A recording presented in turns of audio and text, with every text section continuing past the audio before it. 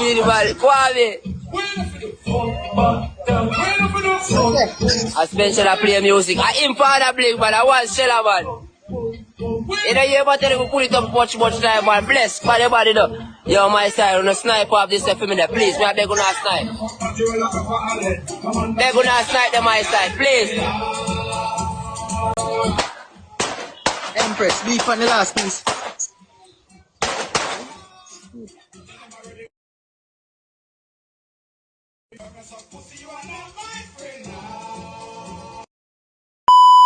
Okay, boom, viewers, welcome back to the channel. Subscribers, you already know the thing set. We're blessed. You also know the story incomplete if minute upon the beat, and as you can see upon the screen, we're getting a little bit more details on the individual that lost his life on TikTok earlier.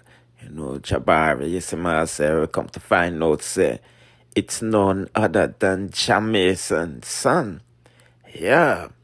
Put in the comment section what you think about that, because, I mean, it's life, you know, it can happen to anybody, celebrity and regular people, but, you know what I mean, wasn't expecting to hear that, you know what I'm saying. I'm definitely a fan of Jamaica's music. You know, he was contacted by The Star, one of them newspaper outlet, trying to confirm the fact, cause you know, people follow up with these people, and these people, children is known, it's not like, say, my hide him youth them.